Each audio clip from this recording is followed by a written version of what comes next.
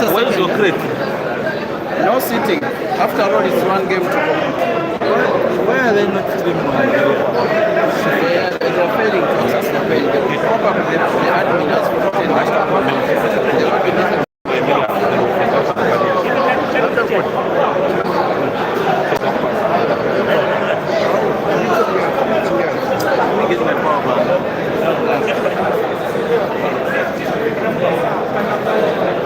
If we have one match just left, then you can put it here. You can unmute it. I'm going to carry it to the ground. Just in 1 minute. So which means you'll be here? Yes.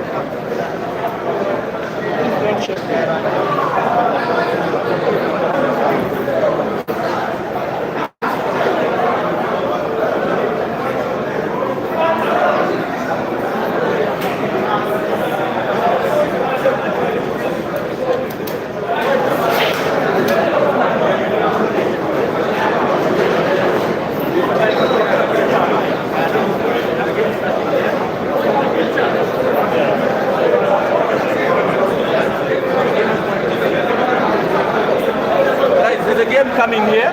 There's a game coming here. There's a game coming here. Remove your cameras.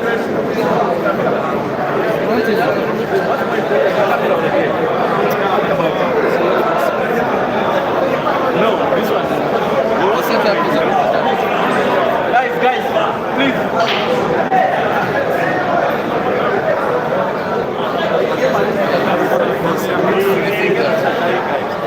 This is it's late.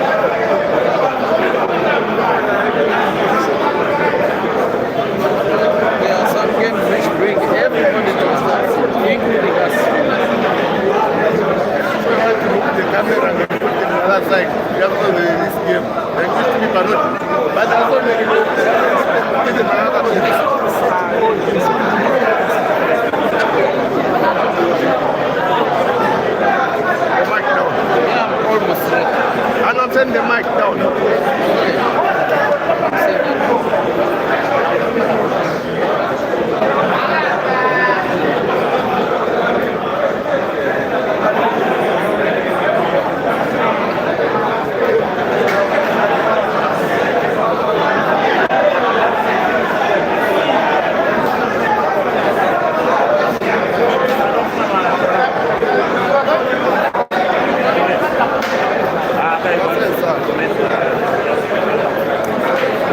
small mic? No, I don't have a small mic. Mine is small. That one is not like the mic is like just when you are.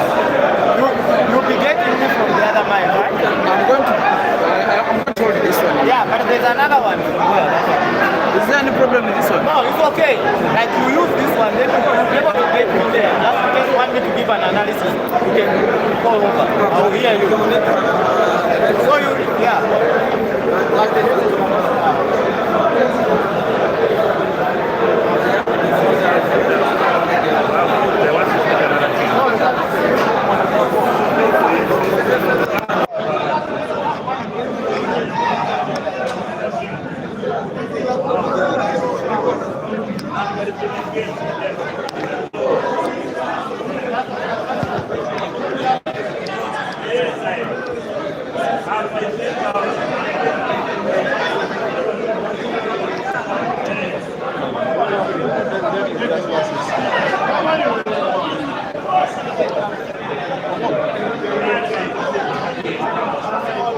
The one we are talking about in the car. We were even discussing about him in the car.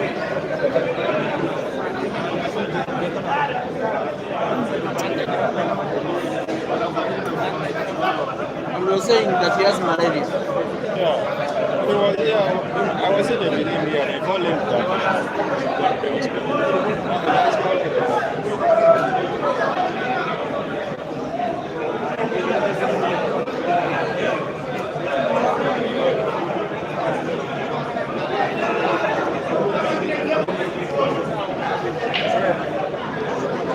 Just concentrate on the game for now. Then we'll see how to handle after the game.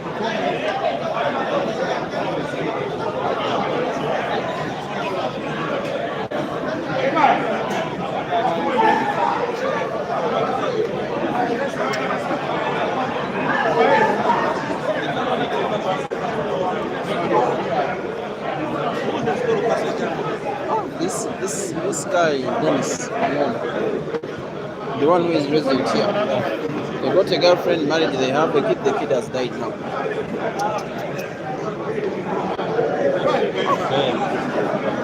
How old was the kid? Very young, I don't think he's a young, maybe a young, or less. But I think just use your mic. Yeah, he's like a brother to him.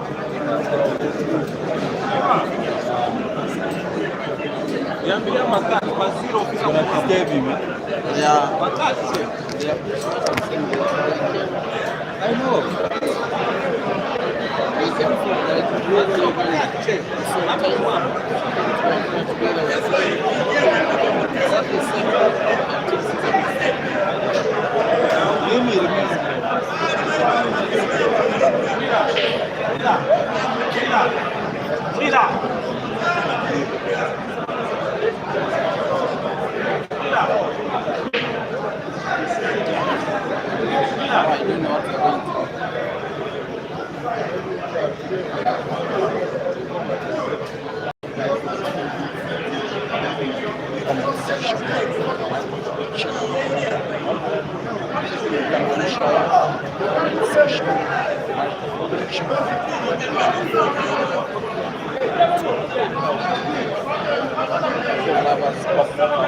Worldwide comment section,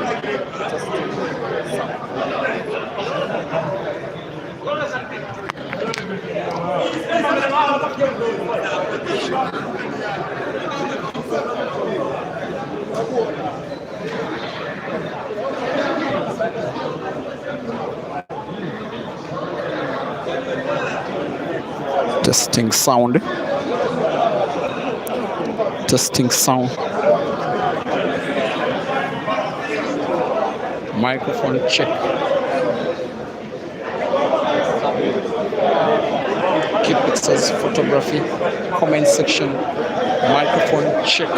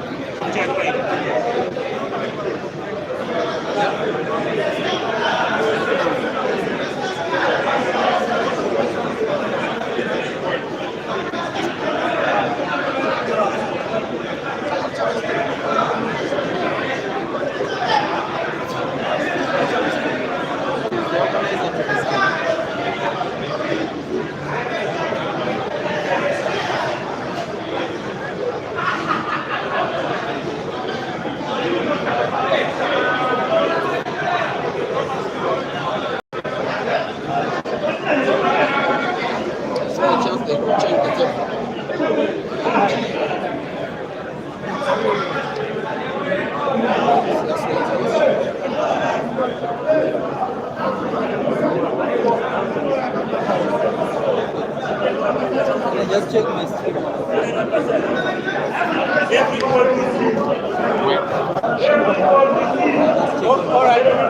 All right. It's going to change. He's announcing a change.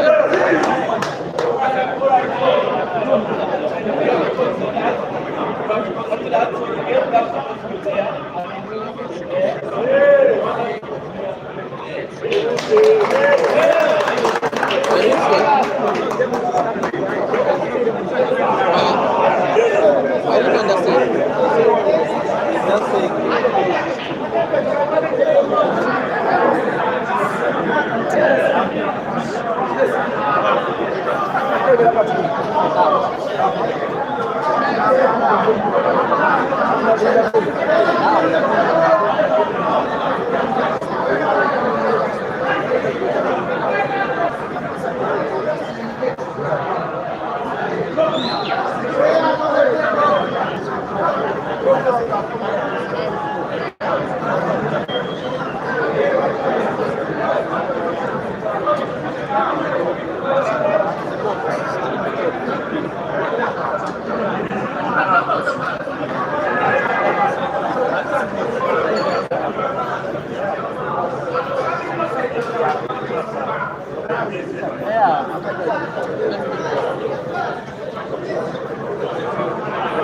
So which means you have to come here. You can't reach there.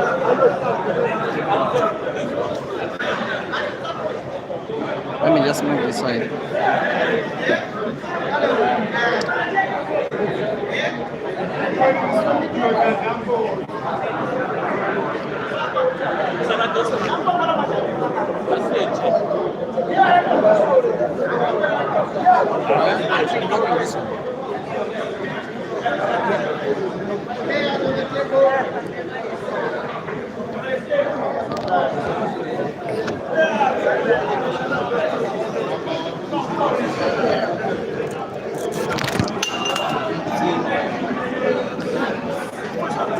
I just hold it like this. You have reached here. So you will share with him.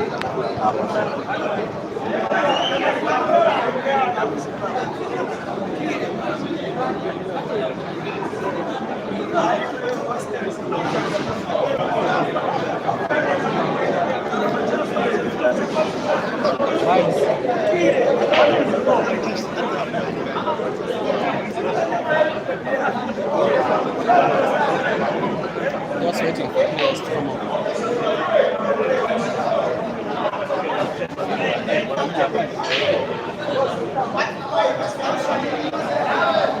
Please don't push the tripod.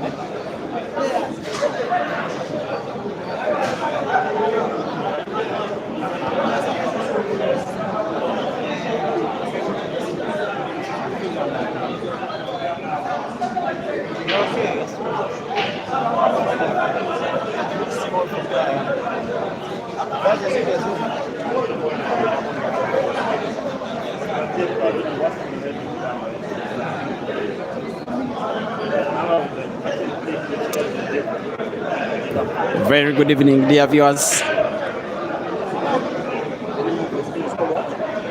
The name of the streaming channel. Yes. The name of the streaming channel. It's 360. Yeah, game on 360. From wherever you're watching, Game on 360, Q Pixels Photography, Break and Finish Live, Peter Chobe Live.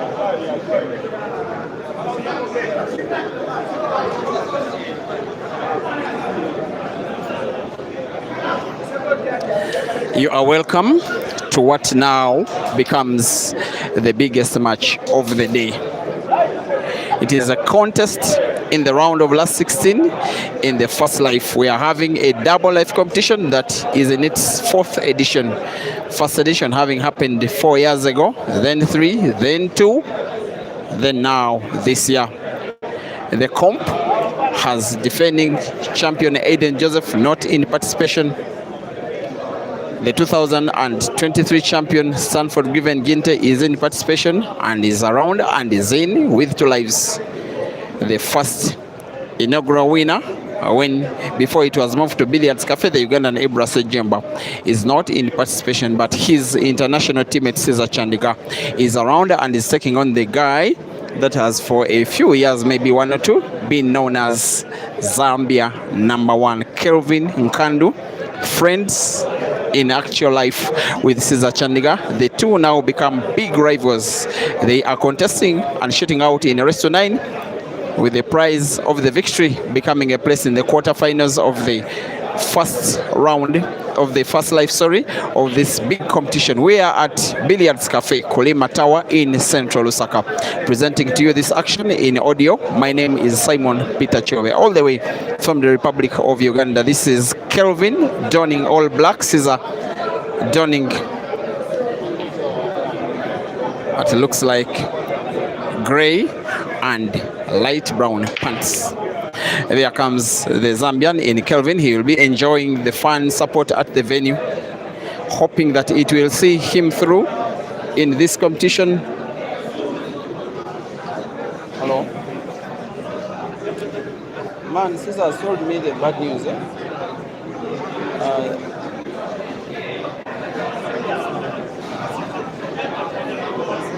don't know. Let's see how to link up after this game, like in 1 hour. I'll be coming wherever you are. We shall go through this together. For now, first be strong. First be strong, my brother.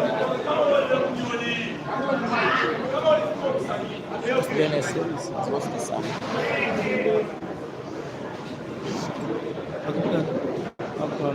I'll just when you pause, you can give me a signal. I can say something because you're not able to hear me. I can hear you from there.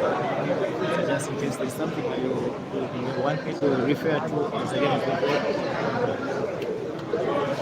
In the meantime, as an obituary, I have some sad news to tell you. Cesar has a very good friend of his, almost brothers, with whom he did move from the northern Ugandan city of Gulu into the same club in Kampala, into the same club when they moved to Zambia in the Zambian Pro League. Dennis Ongom, who now became resident in Zambia, starting a family and having a son who had malaria. By the time we came into Zambia, the news on the sad note is that the son has not survived. He has lost his life in the last few minutes. Therefore, the focus for Cesar and most especially the members of the Ugandan delegation will be how to comfort Dennis Ongom.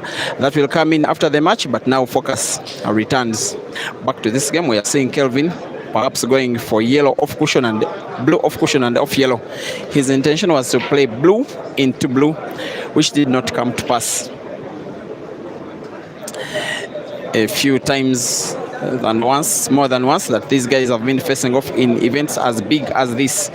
In the space of the last 1 year, Kelvin and his international compatriot Moses Mofia did travel to the country of Uganda to make a tour, play in matches, in comps and money matches against Uganda's best players. He did not play any race with Cesar. However, I remember the two meeting in 2 comps, one of them a weekly comp that was organized at the Diplomatic Billiards Cafe just about 4 days after Kelvin stepped into Uganda. He faced against Cesar in the round of last 8. I remember Kelvin winning the match by 5 frames to 3, Cesar winning the first 3 frames and Kelvin winning the last 5. There was also another comp that was organized, dubbed the beginning of your championship, the year that is this. It was organized at Addis Sport in Kampala. The two faced off in the final, a race to 9 it was. It ended 9 frames to 5, Cesar winning. These two faced off in the semi-final of a 16-man comp that was organized at Club Timbakso in Eldoret in Kenya, just after the conclusion of the International Carnival that was won by Eshka. It was the most one-sided match between 2 players of this level that you will ever see. Racing to 9, ending 9 frames to 3 in Cesar's favor. The last time that they faced off these two was the quarterfinals of a tournament that was organized at a country in a country that shares a border with Zambia, that is Zimbabwe. The Queen's Sports Club double elimination annual championship that was won by Aiden. In the round of last 8, Caesar faced against Kelvin. A race to 7 it was at Queen's Sports Club, ending in a decider by 7 frames to 6. Caesar winning the decisive frame by break and finish. In frame number 1, the Ugandan seems to be on the verge of utilizing a missed chance by Kelvin for Caesar to put yellow to the center pocket left and black to the center pocket right for him to gain his first frame of the match. Black is possible. There is space. The Ugandan versus the black. 1-0 for Caesar. They have their scores on the scoreboard that is at the corner pocket top right of the screen, with Kelvin having his scores in green, Caesar having his scores in red, representative of the national flags right below and their national names. Yes, Caesar 1 and Kelvin 0. Race to 9.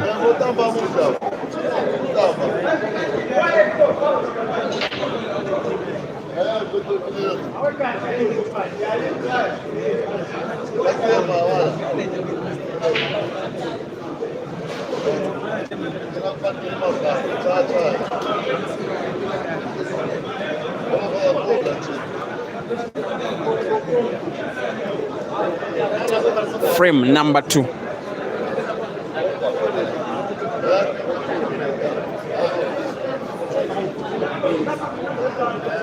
Has the Scorpion breaking.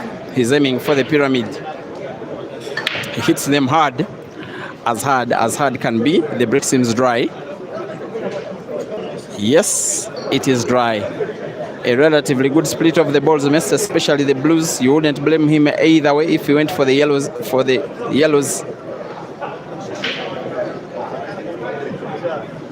He needs all the experience, all the quality, all the class.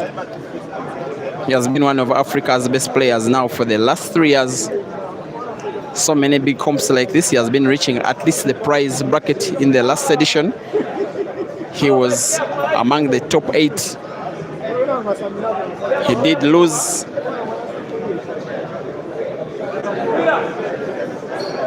one of his lives to the eventual winner, Aiden, but he's the guy that took out Jerry.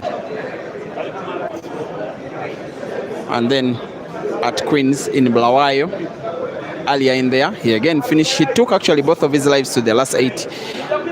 It was a very good performance from Kelvin in the quarterfinals of Life 1 as well as quarterfinals of Life 2 in the tournament that as well played on double life basis. Proudly Zambian, taking down a guy that has bullied him a few times, more than once, most especially that 9-3 victory recorded by Caesar at Club Timbakso in Kenya. Kelvin came so close to scratching. He does survive. It's a tricky looking frame for the guy that is called a Fikoti. I'm told it means hard shot. He's really challenged for the last 1-2 years. He has been the guy that has been dubbed as Zambia's #1 because of his performance. Of course, he has been way more consistent than any other Zambian player. But at Q Masters in Tanzania, the performance of Royd must have challenged Kelvin so much. Kelvin does have this big opportunity right at home, the tables where he has played the most number of frames, more than any other, to try and vindicate himself as Zambia's finest. But yes, he has this very daunting task of trying to take down in his first life the guy that is one of the tournament favorites in Caesar. His performance against Kelvin's international teammate Royd was a big statement of intent and ambition from Caesar to his opponents, all of them, that I am here to mean business.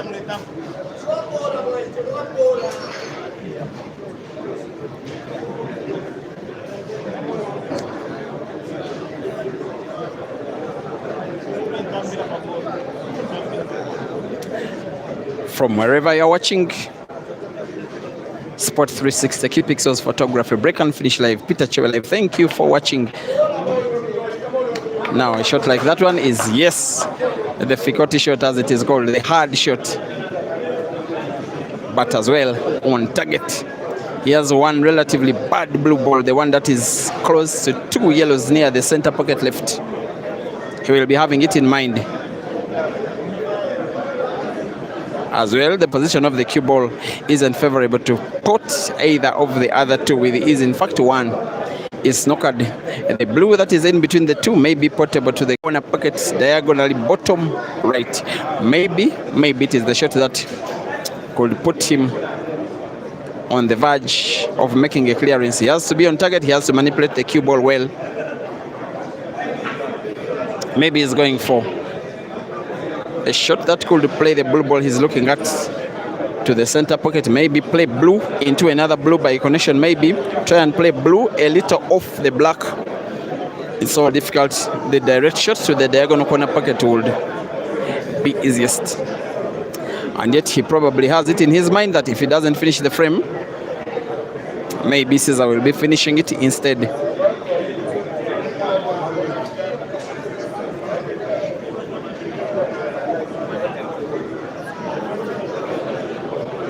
And while there are about 6 matches, which will be the last of the evening, happening on 6 different tables, about 90% of the crowd are seated and standing right around the table. Their interest is seeing this one, just this one. And there is no better way for them to sail off the day. So many big name players have faced off in earlier rounds. Imagine the round of last 16, in the last 32, Raid versus Caesar. Imagine Jerry getting beaten in the first round. It's a double F competition. He still has a chance. The tournament has participants from Tanzania, from Uganda, of course Zambia, from Zimbabwe, a very good number, about 25 from South Africa. It's 2 players, just Jerry and Mzamo. Of course Malawi, no representation this time from Eswatini.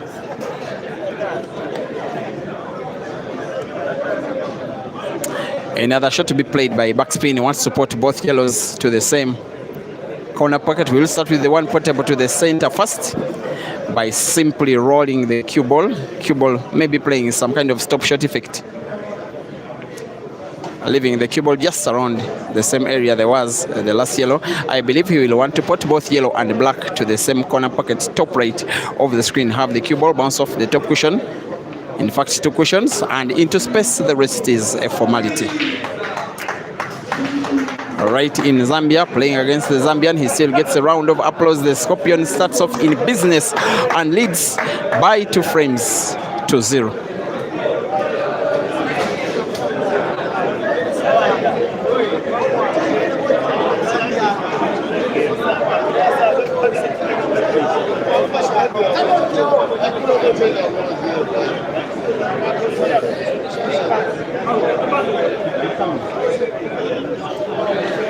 Dear Mambo, please come in.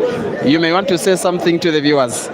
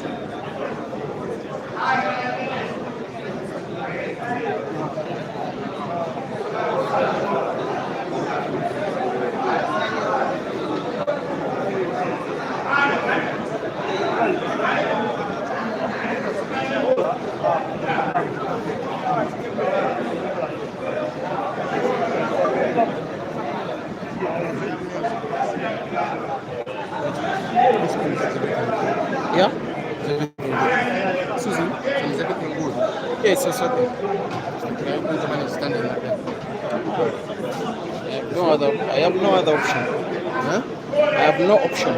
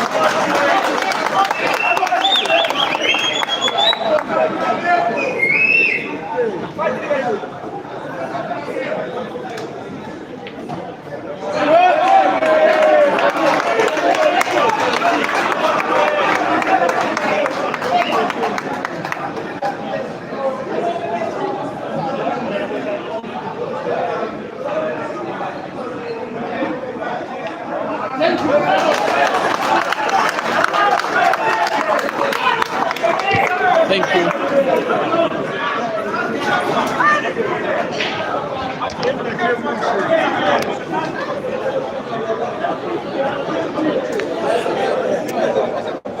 Yes.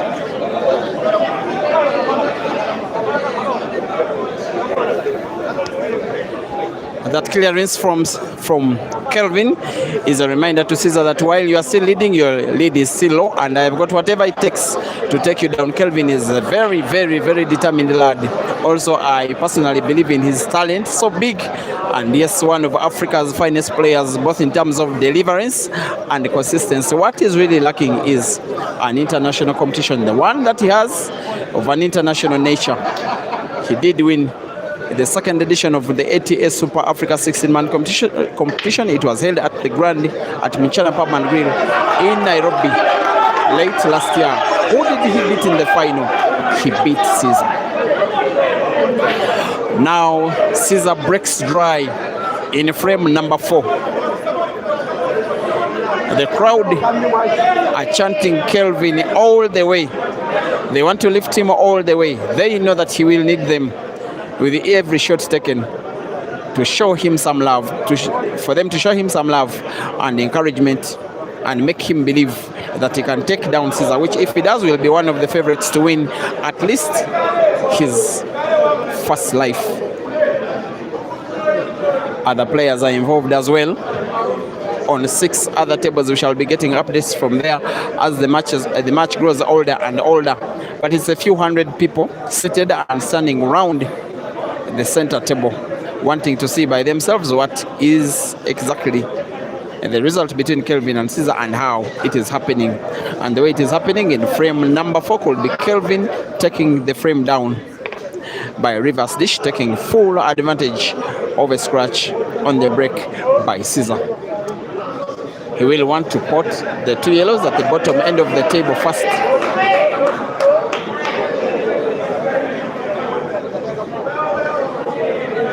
Wanting to put the one close to the cue ball with the back spin, but with left motion moving the cue ball towards the top end of the table. It will be okay.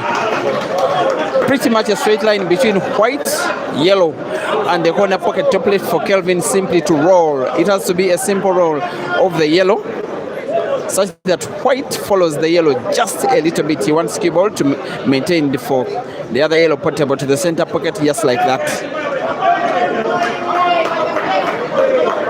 Pretty much done and dusted frame.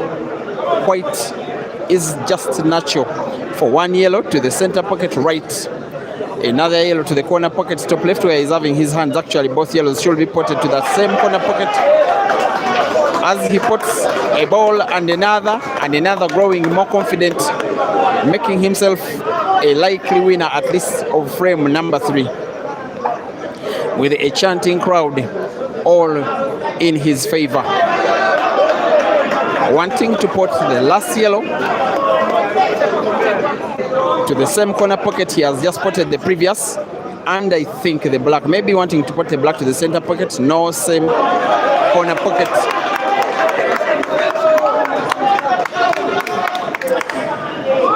As easy as the shot may be, he will take all the time. He has choked the tip of his cue stick for the final time to play black for the second time in the match and win it as easy as he did in the first. It is Kelvin 2 and Caesar 2.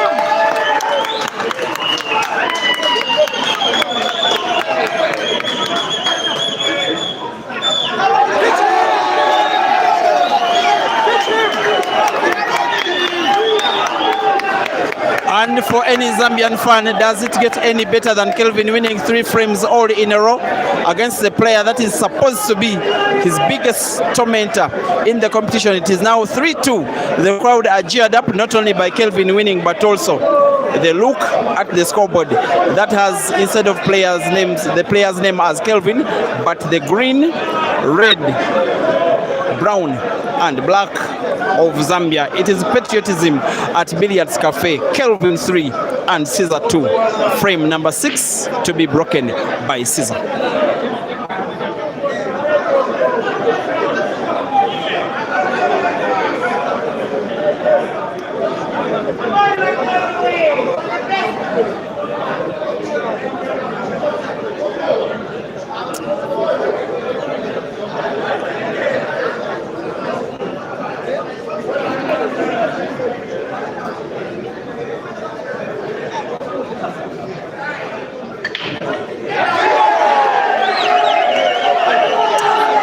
There is a second consecutive scratch by the Scorpion in the same match.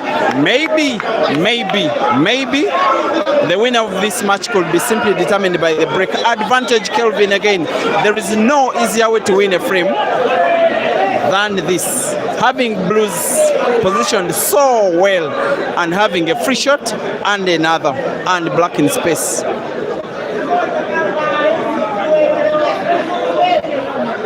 After the first shot, a free shot it is. The table does remain open. Kelvin simply plays a blue into space with only one ambition. Caught 6 blues now, all with his vis of the table. And then the black, and then set up a 2-frame cushion for the first time in the match for himself. The table is closed by Fikoti going for the blues, intending to pot maybe first. The 2 blues at the corner pocket, top.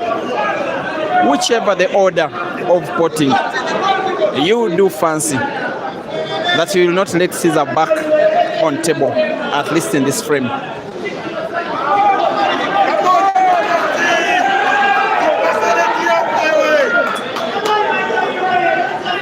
He's having the ambition to fight, most especially after the inspiration of Royd winning an international cup. Maybe the blessing of a young man who very recently did become a dad for the first time in his life, trying to take down the guy that many see as the tournament favorite. It is 3 blues to go. Surely Kelvin.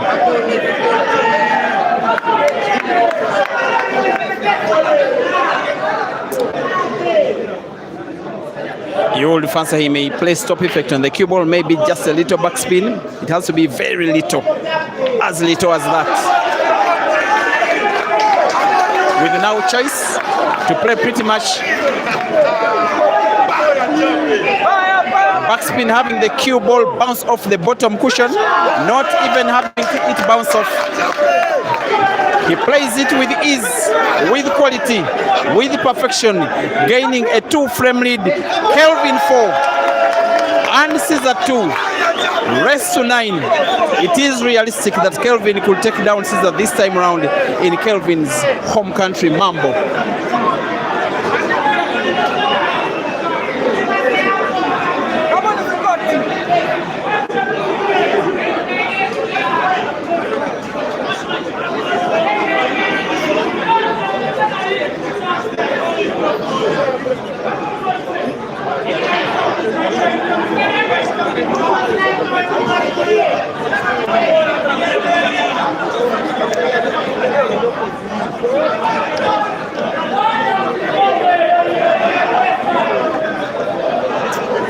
It has been the break making a huge difference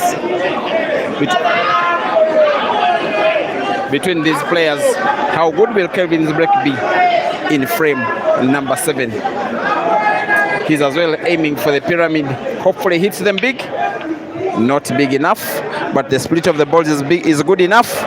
Just that Kelvin breaks dry. The crowd has gone silent simply by a dry break. They know the implication of what breaking good means for top class players of Caesar's and Kelvin's level. You are watching the live stream of now what turns into the biggest match of the event so far. With due respect to the match between Caesar and Royd, this one is in a more advanced round of last 16 in the first life of the ongoing Billiards Cafe double live competition, an event in which both players perhaps had not had luck go their way. Caesar's first time of participation in this was 2020. He lost in one of the early rounds. A very young man he was. He's just 23, and I'm talking him only just having turned 18 then. After COVID in 2023, he came third after Sanford Griven Ginte and Ibrahim Sejemba. Caesar was third, Inspector fourth, Victor fifth. In 2024, which was last year's edition, saw his worst ever performance in this competition. I want to believe none of his positions reached even the round of last 32. He lost out to very formidable opposition, him losing out to Royd in one life and eventual winner Aiden in another. So he has business to prove at Billiards Cafe. Yes, with the Scorpion having business to prove at Billiards Cafe, he has the task of trying to replicate exactly what Kelvin has just done, utilizing a not so good break by the opponent and then taking the frame down. Caesar will not be happy with himself, most especially having played the black just into two blues, making it quite difficult that he could put black in a normal shot. It will take something special finishing this frame. But yes, he is potting, and how he was able to cut with a cut that sharp, but then leave the cue ball at a position where he can pot either of the yellows he's having in sight. Of course, he will have to start with the one to the center pocket left first, then the one to the center pocket right. Then we shall have to see and wait what he can do for the black. Maybe he will have to play big backspin, play the cue ball into the black, maybe off the left cushion and then into the black. It's the shot he's trying to play. This guy. That is pinpoint accuracy from the Scorpion. A pattern well perfected. Black and blue potted is a win for the Caesar. That one will go down as one of the highlights of this match. Caesar 3 and Kelvin 4. Mambo.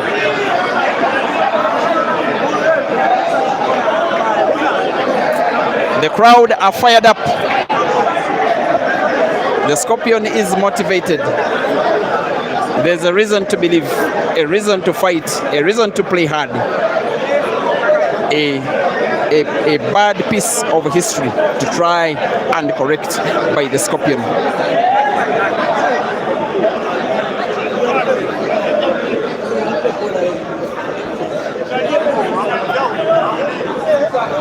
It has been 3 frames won by the 2 sets of players with 1 visit of the table.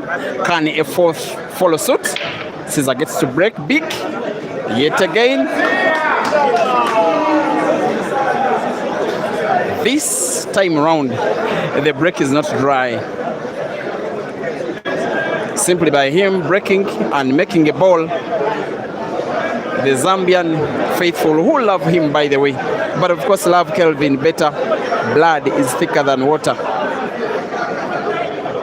They are very suspicious that this guy could finish the frame. They know what he can do. They were with him when he won more than 27 weekly comps, most of them right at this very venue, most of them with Kelvin in participation between 2021 and 2022 when he was citizen in Zambia.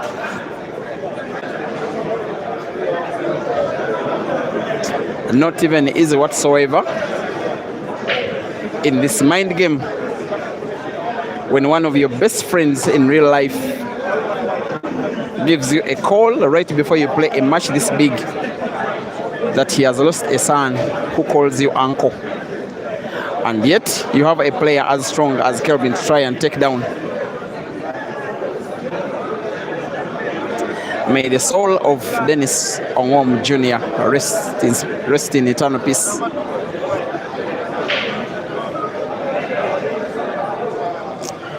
It looks a little tricky here because of the distance between white and yellow.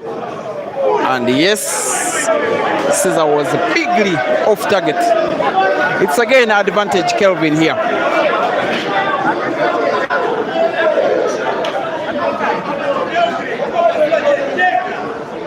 Finish, Kelvin!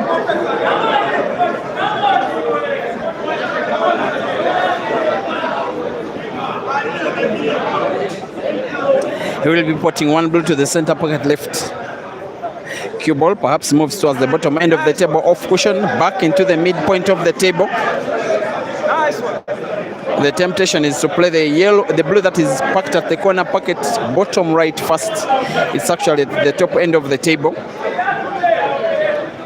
depending on which platform on which you are watching.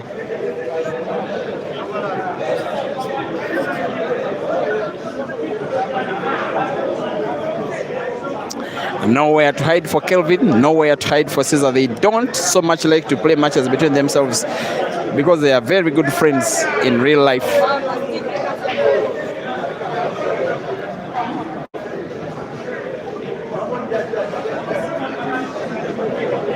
To the fact that even members of their household are friends to one another.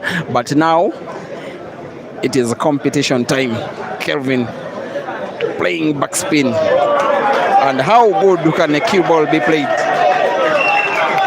Ladies and gentlemen, Kelvin is quality.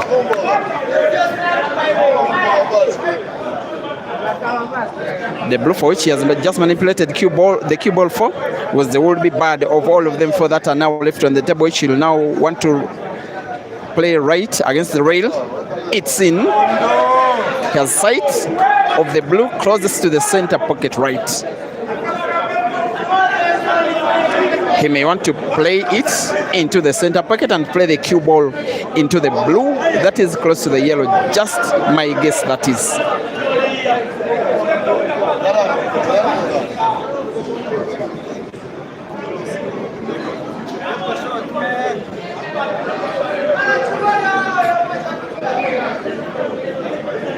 Here is, I want to think that he wants to play the cue ball into the blue that is close to the yellow, maybe to the yellow that is close to blue. Plays instead the blue in space.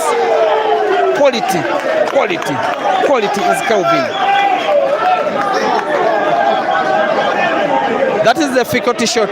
It does mean hard shot. Direct translation from Nyanja to English.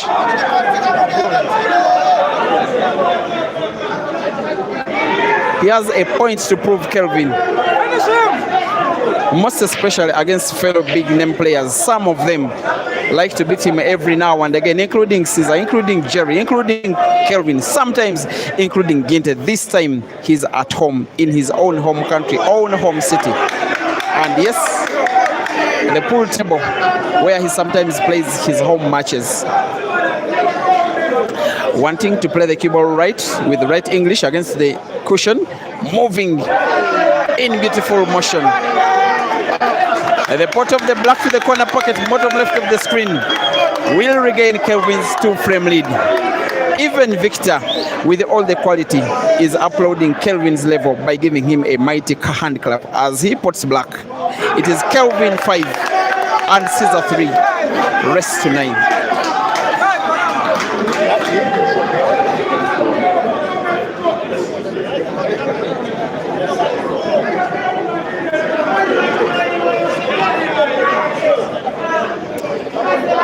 There is the scoreline, ladies and gentlemen. The Zambian is starting to see light at the end of the tunnel. He needs to win 4.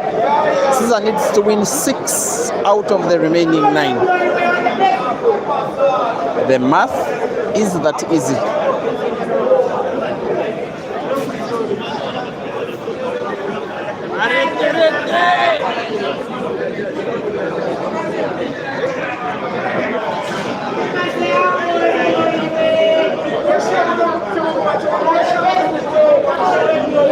The break has been very critical. The fans are starting to understand the game very much. They await the break as though the players hitting black.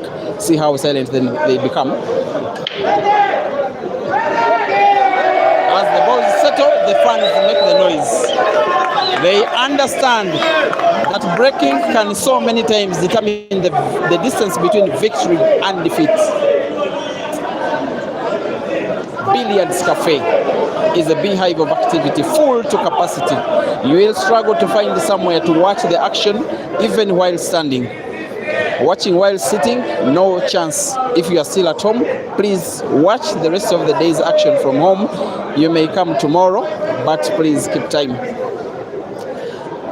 Kelvin knows that he must keep time. He must take down the Scorpion. He must keep Zambia happy. He must maintain his hopes, and with 2 lives.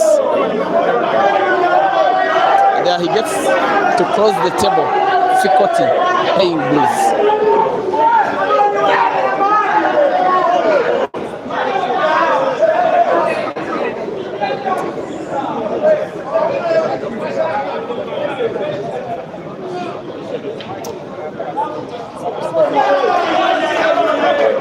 I'm not so certain that it is a shot that has achieved its desired ambition. Yes, he was able to split the black open. If he can get to make a ball, he will be okay, but not easy potting any of the 4 blues on the table. The one that is topwards of them all may be portable to the center pocket left, but with a very sharp cut, and then the cue ball will not be natural. He may instead opt to try and put it to the corner pocket top left, which is the most realistic prospect anyway, which is what he goes for, and then he puts both the cue ball and the yellow. Advantage Caesar, knowing that he's playing against a guy at his own home venue with all the fans chanting support in favor of him.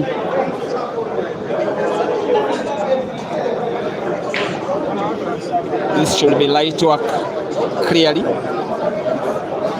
for the more established of the 2 players to come within 1 frame yet again of Kelvin, a match that is so far having very small margins as a difference for the scores. The scoreline is just about to be moved closer in favor of Caesar. Clearly, the Scorpion should be winning a 4th here. The cue ball has been played a little out of position. He must recover.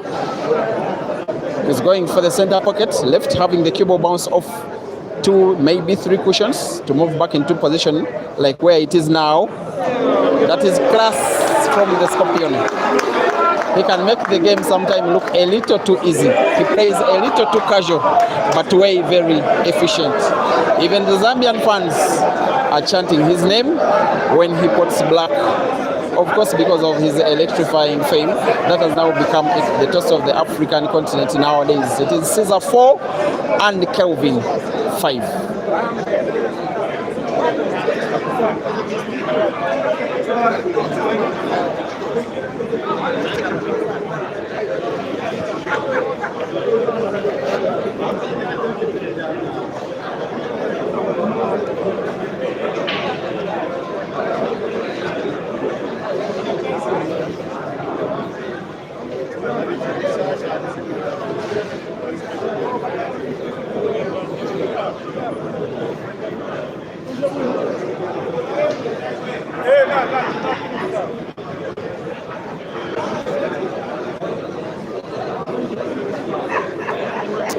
This is the 10th frame out of a total of 19 to be played.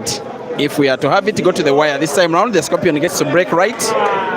Not only hasn't he gotten a very good split of the balls, he has also got to make a ball. All the yellows are in pretty good space. Clearly, he will be going for the yellows. Most likely than not, this one will be an equalizing frame for the Ugandan. The table is closed officially. Playing with ease. He also looks confident even though he's down, even though he's sad. He still has the fight in him. It's 4 yellows left on the table now, 3. Has to be little back spins, little top shots, little top spins. Just normal training routine. When balls are searching space for players of this level, it just looks like a routine training exercise. If he doesn't finish this frame, what will he be telling to his manager, his national team coach, to Team the Scorpion, to all his fans?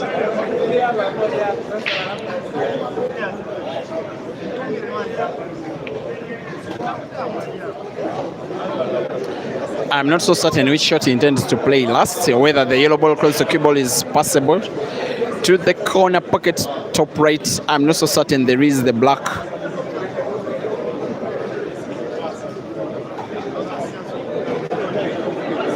It looks a little tricky. I'm not so sure that the yellow ball is passable. Maybe he lacked a little bit of observation. He may need to cheat the pocket a little. Even then, I'm not so sure it is possible. He cheats the pocket and gets it in. In the end of the day, he had the vision, he had the acceleration, he had the courage, and now has the shot to equalize in the match. And there it is.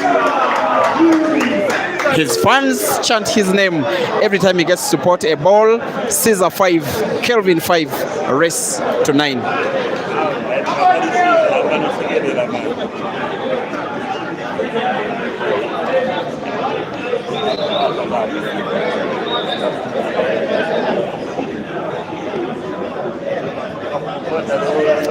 This one, dear viewers, will be our last live stream of the day. And then tomorrow we shall come back with second live, all players involved in the competition for one more time. But whoever loses and yet lost on day number 1 will be exiting the competition for good. On day number 3, which will be Saturday, it will be a few rounds in both categories, and then even fewer rounds on Sunday, which will be the last day of action. Maybe you have 2 semi-finals, maybe, and the grand final, and that will be it. One of these players will be walking home with $4,000 US.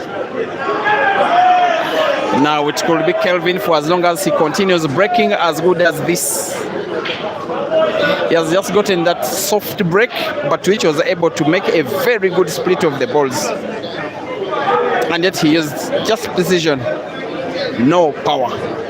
It's a skill that in 1 second I have actually admired. Here he is closing the table playing blues. The fans are celebrating simply him closing the table. They know that he's not just closing the table. With his visit of the table, he's closing the ongoing frame just as well.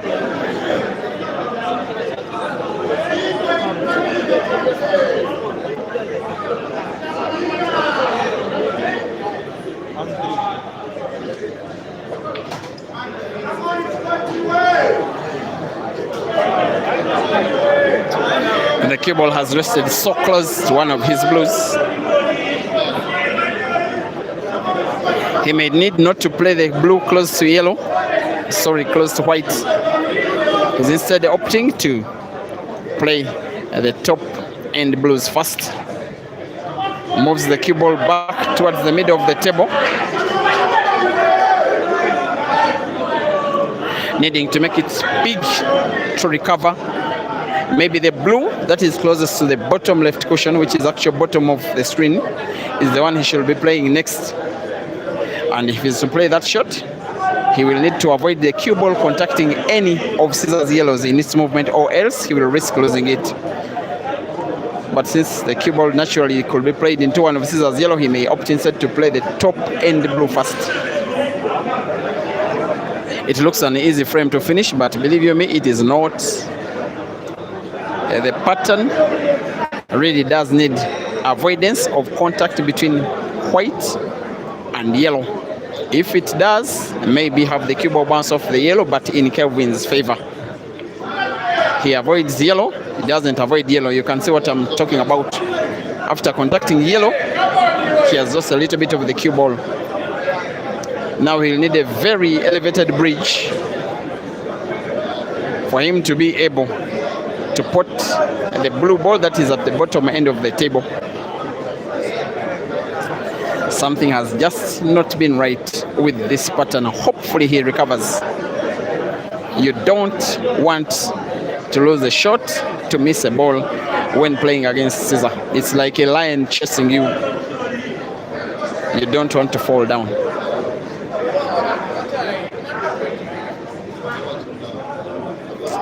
He looks a little bit out of sorts. His only offense was allowing the cue ball to be played into a yellow, which hampered its movement. And here he is now fighting for dear life. Life number one in this double life competition here at Billiards Cafe in Lusaka. Thank you for keeping us company for the whole of today.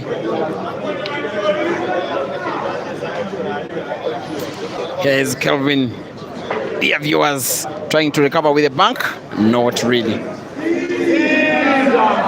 And the chant of Caesar's name happens right after Kelvin misses the shot. They know, these fans, that opportunity given to Caesar most of the time is utilized by Caesar taking the frame away.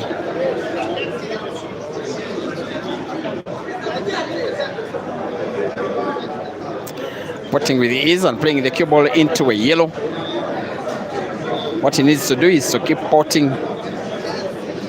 If he doesn't pot, he must make sure that the shot, any shot he plays, is at least effective.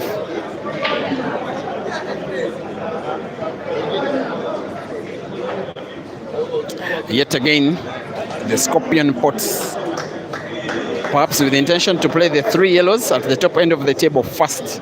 The 2 pretty much potable, starting with whichever he will want. Those that are rightwards, the one that is closest to the blue at the top end of the table is the tricky of all of them 3 blues. It's just that the guy trying to play them is Caesar anyway. And for a moment of good game reading, he does play top spin, and I would fancy that the yellow now closest to the cue ball will be played off cushion and off blue. Gives him the best chance of potting off blue, maybe with backspin. Also to remove the blue. If he pots the yellow, clear the pocket for him to pot even the second yellow to the same corner pocket, I would imagine anyway. He goes straight, cue ball round the yellow. And can a pattern be played that's beautiful? Can't even imagine that this is the same guy that has gone 2 months of a dry spell without winning a single comp, and yet he seems to be playing so well, as though he came into this one as the most informing player of the competition. He will want to pot without yellow being played off yellow. He gets to miss the ball. He gets to grant the chance to Kelvin. It is a frame that has been marred by 2 big misses from 2 big players in 1 big frame. That is supposed to be giving the lead to whoever wins.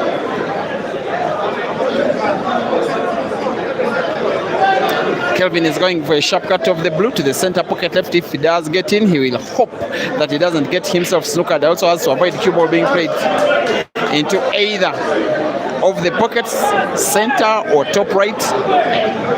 Surely he can, but most importantly must be on target. He's going for the center pocket for whatever reason. He has decided not to play by connection into the center pocket. Yes, it's in. Amidst a chanting Zambian crowd, they know that for as long as Kelvin keeps himself in the lead, he stands a chance as good as any of taking down Caesar.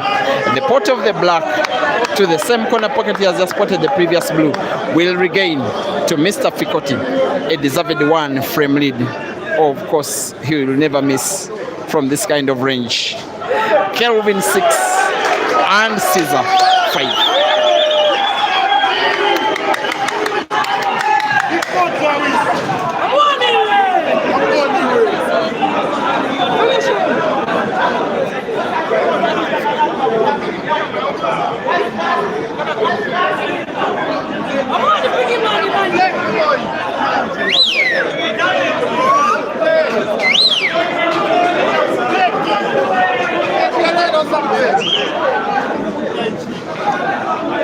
Mambo.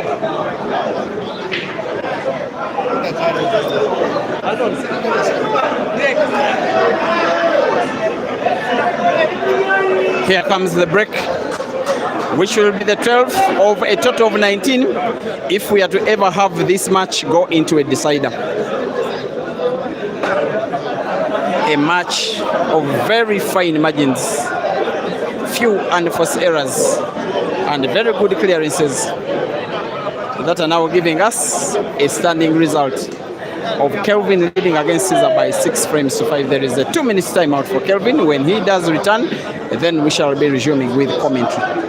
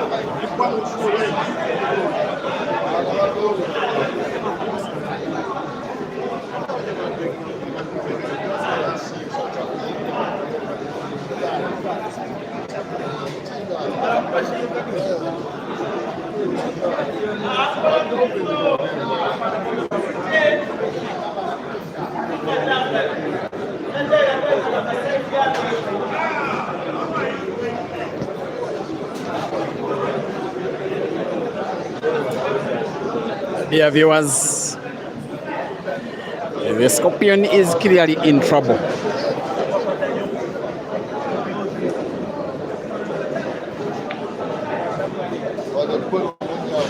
In trouble against a player with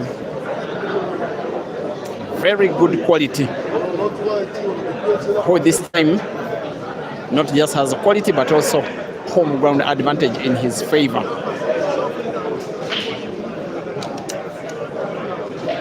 Opportunity now presents itself for Caesar to win an equalizing frame yet again in this match, which I will not be surprised if it goes all the way to the wire, to the decider. It was always suspect because yes, there was very little space between yellow and black for Caesar to pass his yellow, given that the pocket was center in the first place.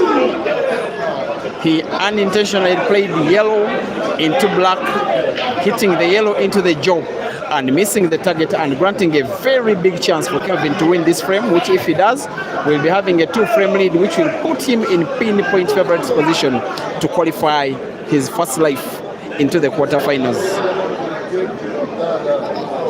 This is the chance. The 3 yellows piled up together have one that is rightwards of them, all pretty much portable by roll to the corner pocket bottom right. Playing the cue ball right in the middle of them and losing the cue ball in the process. You are watching Kelvin versus Caesar. Sport 360 YouTube channel, Peter Chewe Live YouTube, Q Pixels Photography Facebook, Break and Finish Live Facebook. Watching Caesar and Kelvin cancel out each other. In so far, what's the most anticipated, most awaited, the most watched match, both at the venue and online in the competition so far. Close to 3,000 watching this match online as I speak. That was close, but not close enough.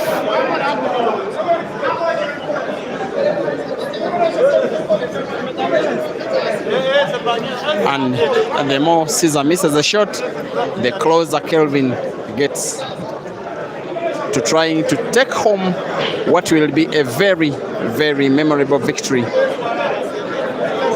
The 2 times that he last beat Caesar were all in quick succession within the space of just about 8 days. The final of the ATA Africa Super 8-man competition, 2nd edition at Michana Pub and Grill in Nairobi, racing to 16 with Kelvin having 2 lives then, Kelvin winning by 16 frames to 10.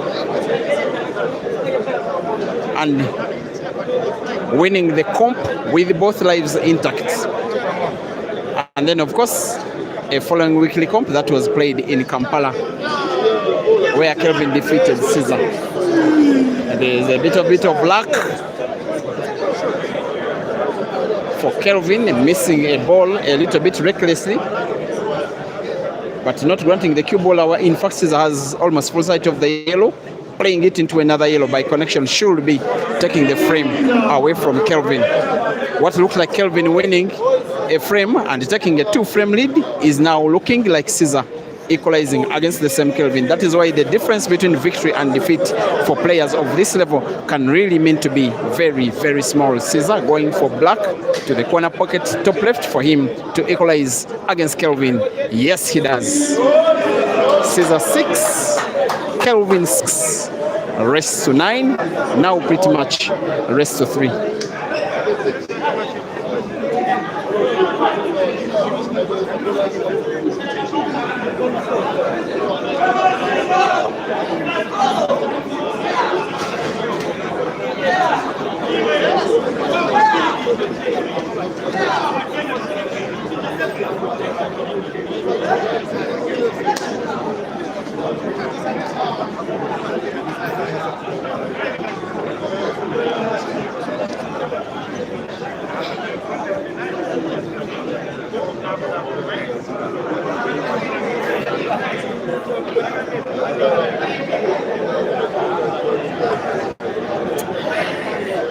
His face, Kelvin says it all. A very big opportunity to lead by 2 frames against Caesar, which was since blown away by himself, now having to go again and going by the break, wanting to re-establish a 2-frame lead, maybe a 1-frame lead to start with. He gets to break, hitting the balls big, but the break is dry.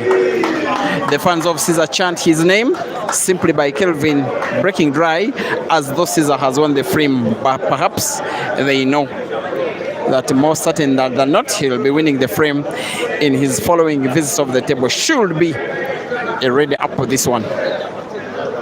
That is why the Scorpion is taking over this time, map out a pattern that should really grab him the lead.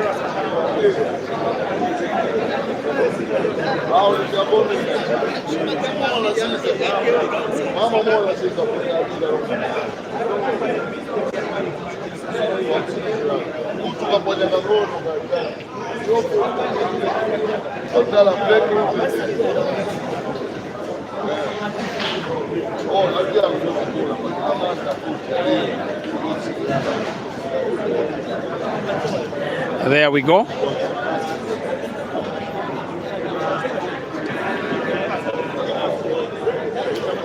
If I had the power, I would qualify both of these players into the next round, because how good they are playing, you do get a feeling none of them deserves to lose one of their lives. But that's just me wishing.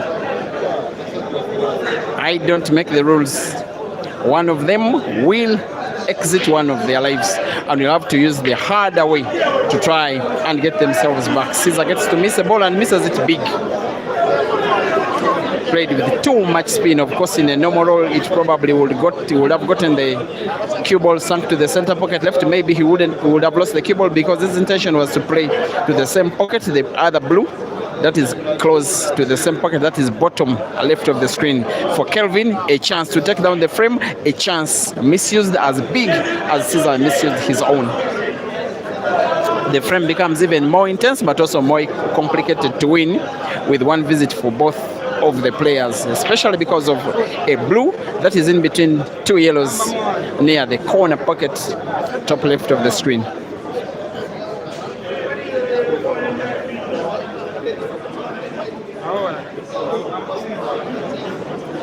That is the other side of Caesar, playing what you call touch, playing the technical, tactical game. There seems to be agreement between the players that cue ball is touching the yellow. Kelvin simply has to play away. Again, wanting to play away. And maybe off the cushion.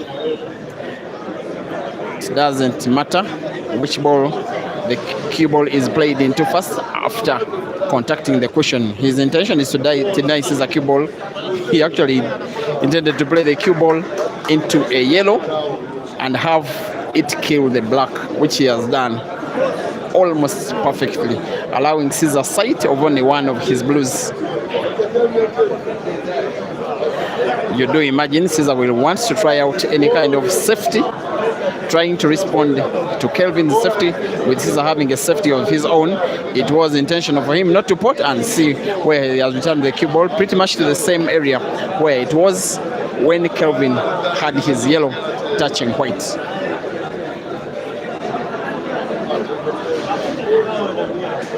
It will be slow, it will be technical, it will be tactical. Of course, this frame means a lot. When the scores are level, you want to be the player that gets their nose up front first. Meaning up front.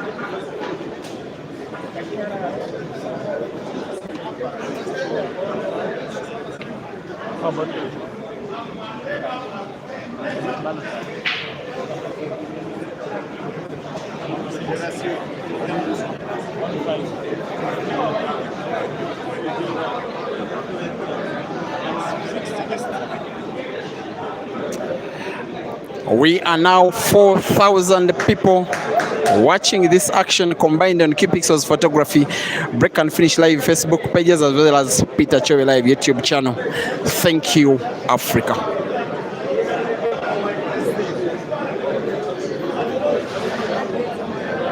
And I believe that you are getting the best optical nutrition that can be gotten for any full front. The ambience, the neatness of the venue, the clean tablecloth, newly felted, the class of both players, the drama involved, the very good clearances, the good and bad breaks, the mistakes of both players, the pressure being mounted upon themselves by themselves and also by the fans and their countries. What is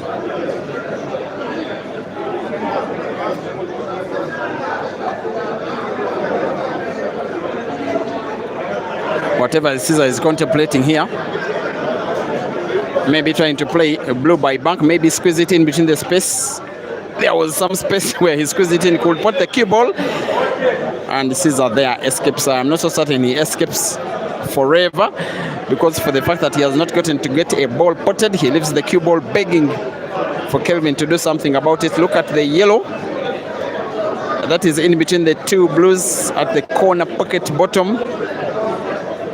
Maybe it is the one Kelvin will want to play. I think off scissors yellow, off scissors blue to open up the pocket. Instead, Kelvin plays not to pot. Yes, he does. The problem with that shot is that it has left some space between the yellow he has played and the jaw of that corner pocket where Caesar can pass his blue close to the same pocket. Nobody wants to give anything away. Nobody. Caesar will be playing the top blue and will as well want to play it not to get it potted. Just move it close to the corner pocket. He has done so, but not close enough. It is the same situation at respective corner pockets, each player having a ball occupying the pocket but having space where the opponent can pass their own ball, which is as well close to that respective corner pocket. A sign that the players are crossing each other out almost perfectly, even in the mind game.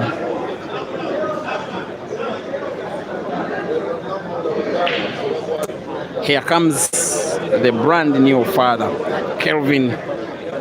Whatever he's trying to contemplate, perhaps play yellow to the center pocket. His intention was to play the cue ball into that dead yellow, which he did. The big problem that he did not pot, that can very easily be his last shot of the frame. Caesar wanting to pot yellow, I think off cushion, blue off cushion. Well, he did not manipulate the cue ball well, but he has a recovery option. There's another blue portable, corner pocket top, has to get the cue ball bounce off the top cushion, return the whole length of the table where the second blue is, and may as well have to avoid playing the cue ball into any of Kelvin's yellows.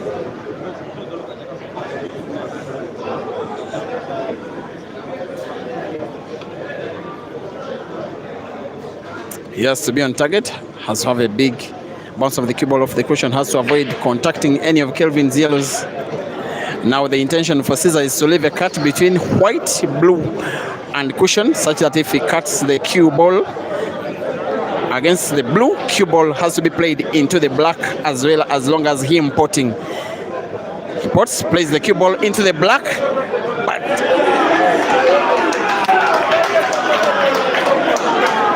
that's why sometimes Caesar can mean to be a very special player. And now leads in the match. It is Caesar 7 and Kelvin 6, rest to 9.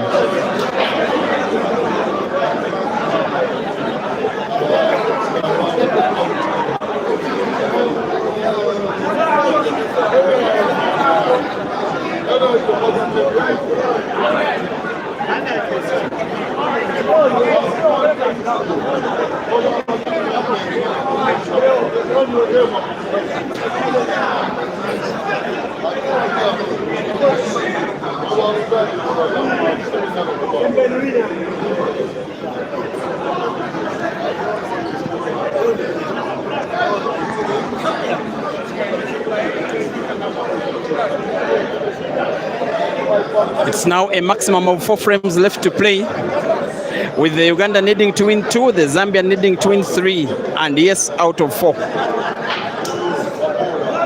In a match that is so far demonstrating to us majority of the qualities and weaknesses of both of the players. Frame number 14 to be broken by Caesar, again aiming for the pyramid. Sometimes it hasn't paid off, but breaks the pyramid, gets to sink in both blue and yellow, but and white.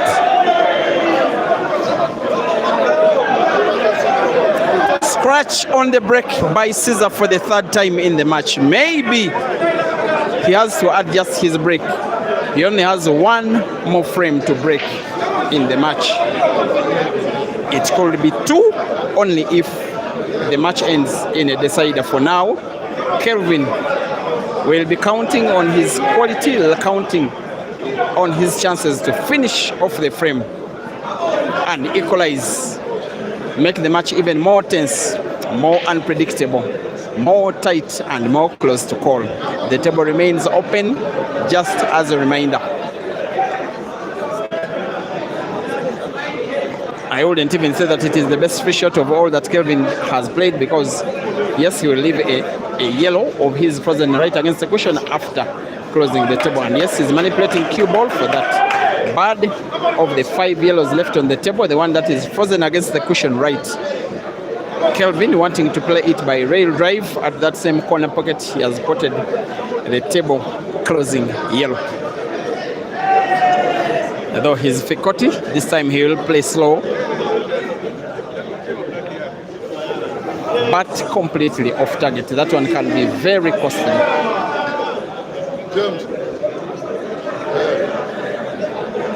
Just like that, the Scorpion is mapping out a pattern.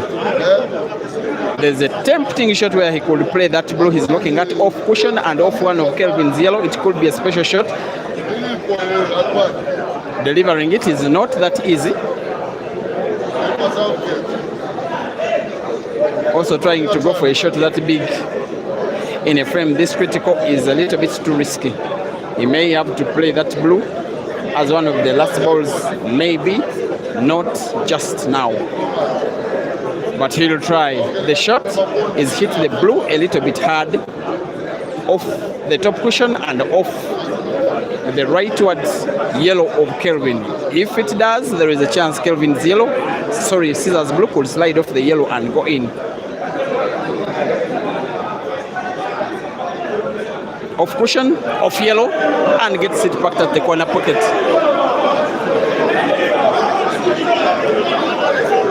Very good brains, very good imagination from a very special player.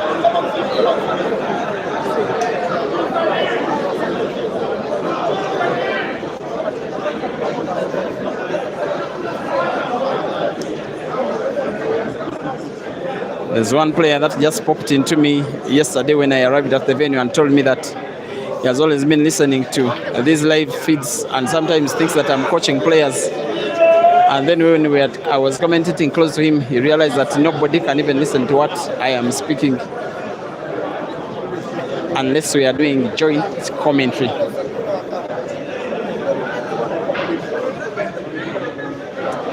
6-7. Still Caesar is leading. Kelvin wanting to pot but play the cue ball into Caesar's blue, which is packed. A shot he has tried to play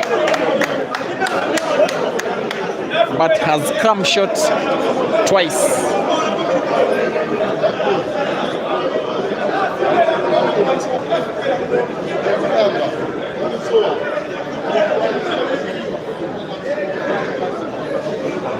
He still has one relatively dead ball, Kelvin, the yellow, that is right behind Caesar's blue.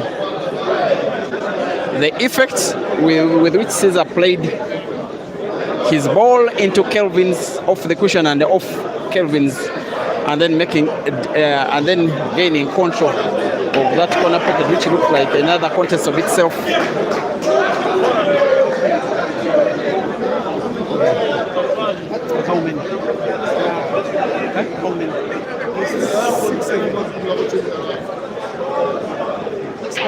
Here comes the combination shot by Kelvin, which comes short. That will be sad for the hundreds at the venue supporting Kelvin. It will be even sadder for Kelvin himself. Of course, it was very tricky because Caesar's blue was not so direct into the corner pocket. Kelvin knows that maybe he's on the verge of letting Caesar lead with 2 frames for the first time in the match, which is the business end of the match. Anyway, Caesar playing blue into yellow and leaves only 1 yellow for Kelvin.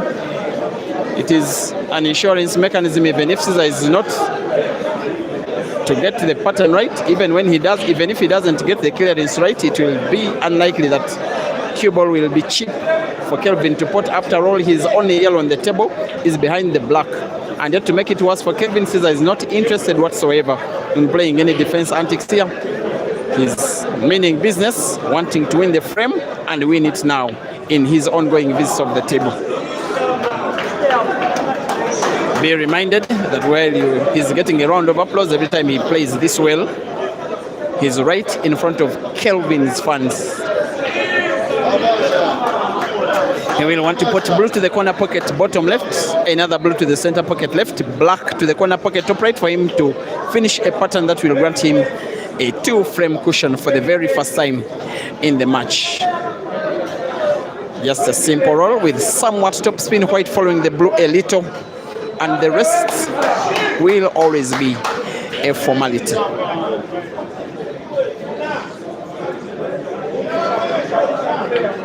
Caesar 8 and Kelvin 6.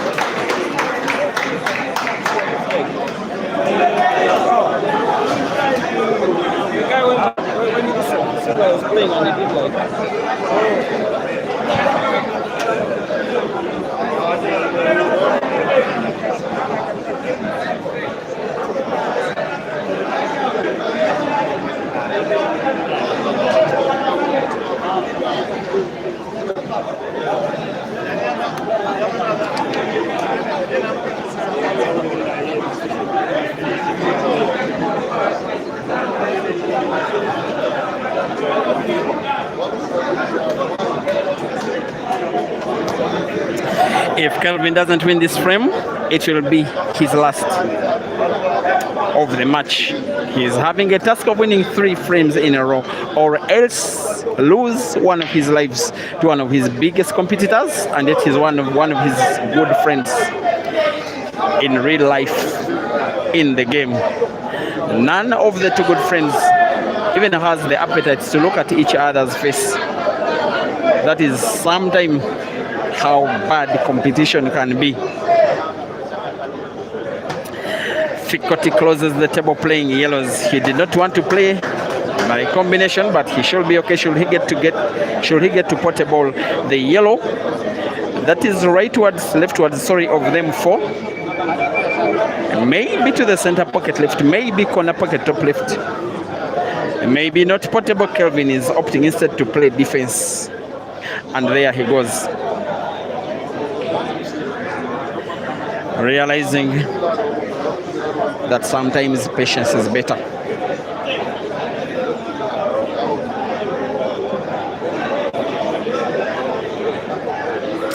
Once again, the live stream of this match, sharing the same exact commentary, is on 4 streaming platforms: Sport 360, Zambian Sports Channel, Key Pixels Photography Facebook, Break and Fish Live Facebook, as well as Peter Chowe Live YouTube. Thank you for now making it close to 4,200 watching this action live.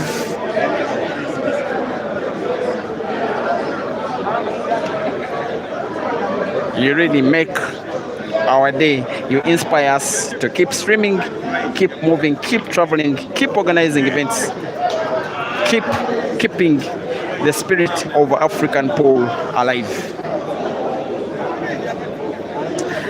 Now, Kelvin's life will not remain alive if he doesn't win this ongoing frame.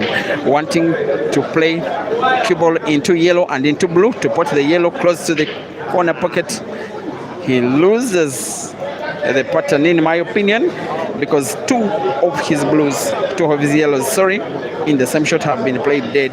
This is a frame you would imagine is now having Caesar with a better winning advantage. Cue ball is touching blue. Caesar simply has to play away and will utilize it as an opportunity to play some very effective defense of cushion, another cushion, and right behind blue.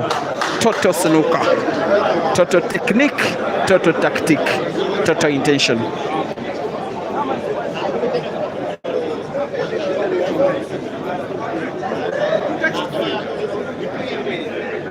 Off cushion for Kelvin again, and yes, he does find the yellow. Tactic versus technique. You do love the mathematics, the calculation, the knowledge of the angles, the thin margins with which they are producing great stuff like this, entertaining Africa in your usual thousands, enjoying our favorite sports. Again, Caesar snookers, but this time I think partially. Kelvin has partial sight of the yellow that is so close to the blue, which is the rightwards of them 3. If he plays it, there is a chance he could play it to Caesar's blue. There's a chance he could put Caesar's blue in case there's a chance it could be a foul. That is why the situation is quite tense. At this point, you have it in mind that maybe you are doing your best, but then your best is not good enough. He's actually snookered. I really did think he had some sight of the yellow, but how he's been stroking, he was partially snookered. You get a feeling with the position of the cue ball in relation to Kelvin's yellow, and then the scoreline maybe he's on the verge of losing. Will want to play the cue ball into the yellow. At least he doesn't foul. I again have the feeling Caesar will try out some kind of defense, another defense shot here.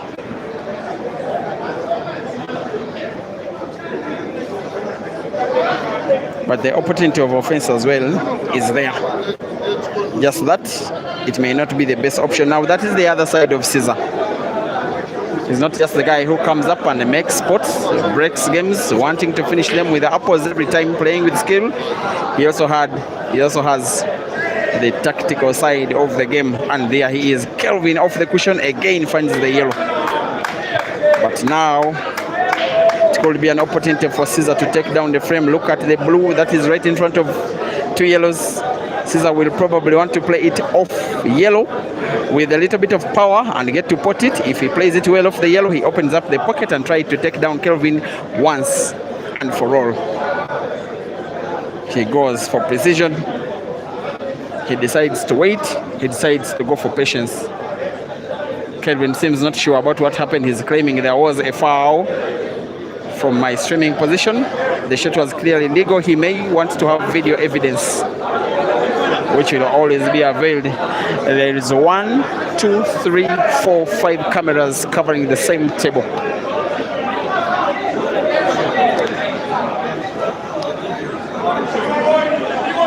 Of course, Kelvin was watching from the distant end of the table. All his fans, of course, the majority are his being Zambian. They are chanting, Kelvin, it's one shot. He has no option. There is no point in trying to argue with the availability of video evidence.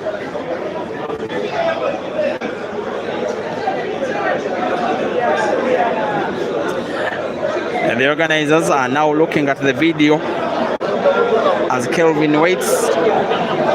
From my viewing position, I don't think there is even need to spend too much time on looking at the video. The organizer Tefsa seems to rule a foul. Caesar contests and contests big. Tournament director Tesfa is ruling a foul. I have never seen Caesar protest that big.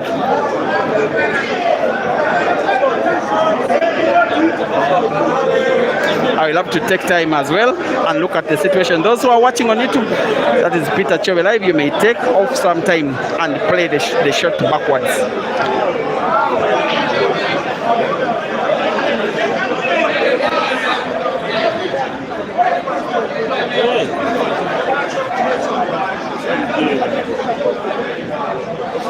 It's a right shot.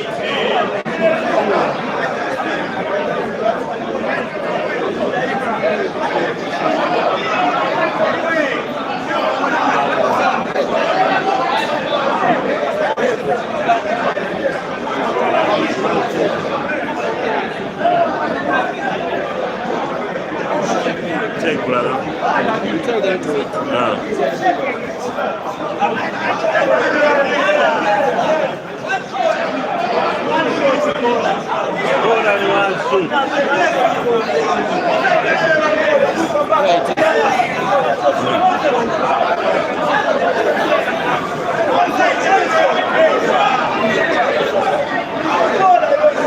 I have it clear.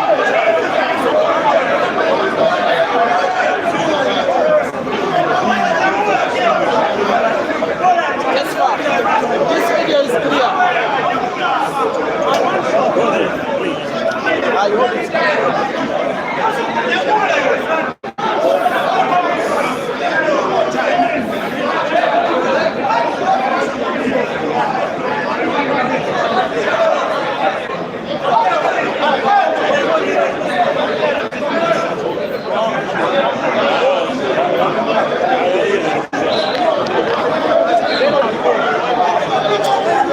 At the end of the day, I seem to think that there is agreement that the shot that was played by Caesar was legal.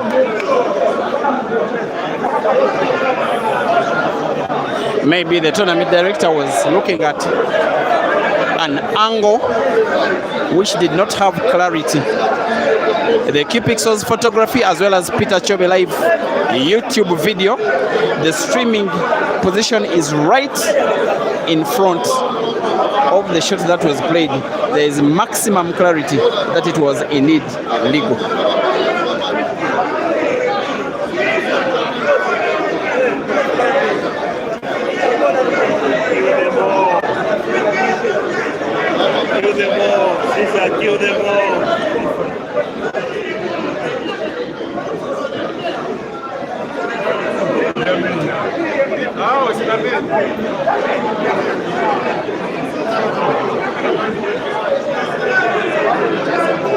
Here we go. The sport can really mean to be emotional.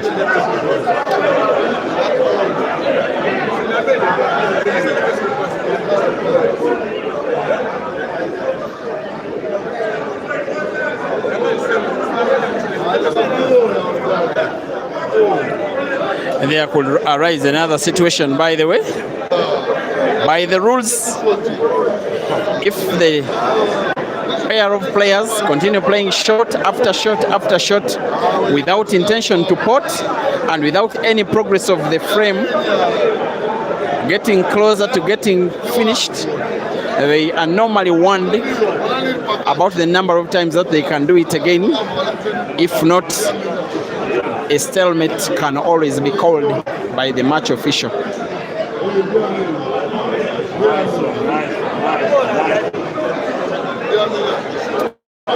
It is so heated here. It is so tense. It is so tight. It is so emotional.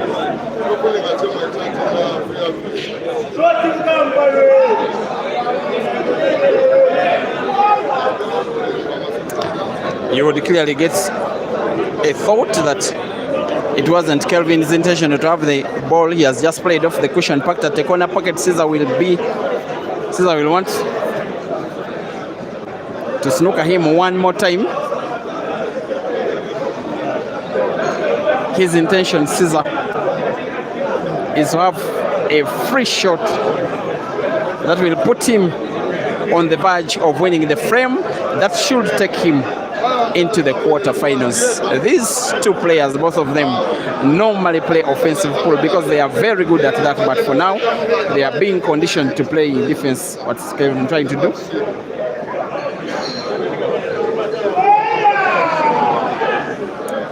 Not clear. I think it's a foul. Yes, there was no contact between cushion and any of the balls that Kelvin played. It is a foul. And for the free shots, Caesar will be putting the set yellow of Kelvin. And you get the feeling we'll pot 1 or 2 or 3 balls and then snooker Kelvin for one other time, where it will be highly likely that Kelvin will foul with or without sight of his yellow or yellows. That is the shot. Again, Kelvin is snookered.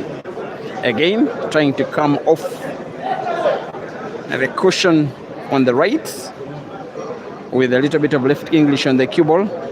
Clearly, no ball will reach any of the yellows. Clearly, it is a foul.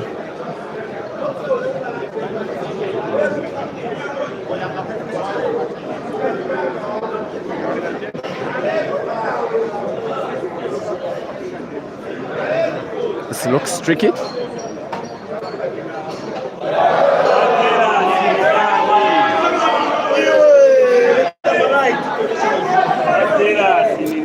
It's a stream that is happening at the heart of the African continent, guys. Sometimes shedding is part of the story.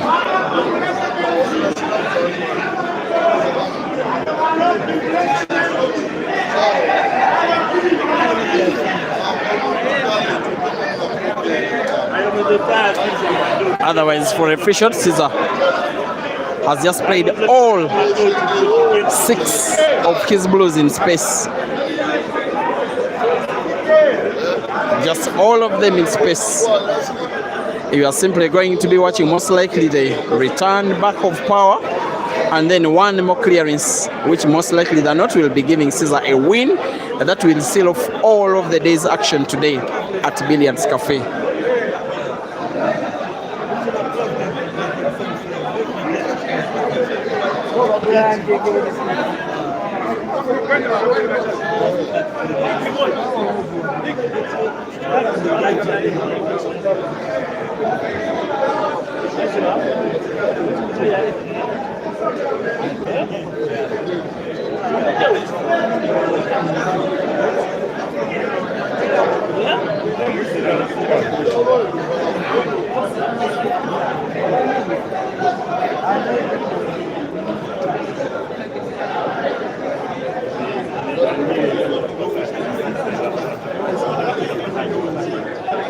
How are you, my friend? I'm fine.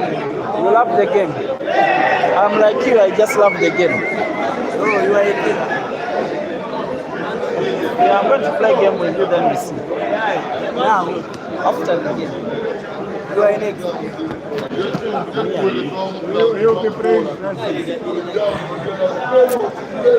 You do get a feeling even the load shedding may not be sufficient enough to save Kelvin.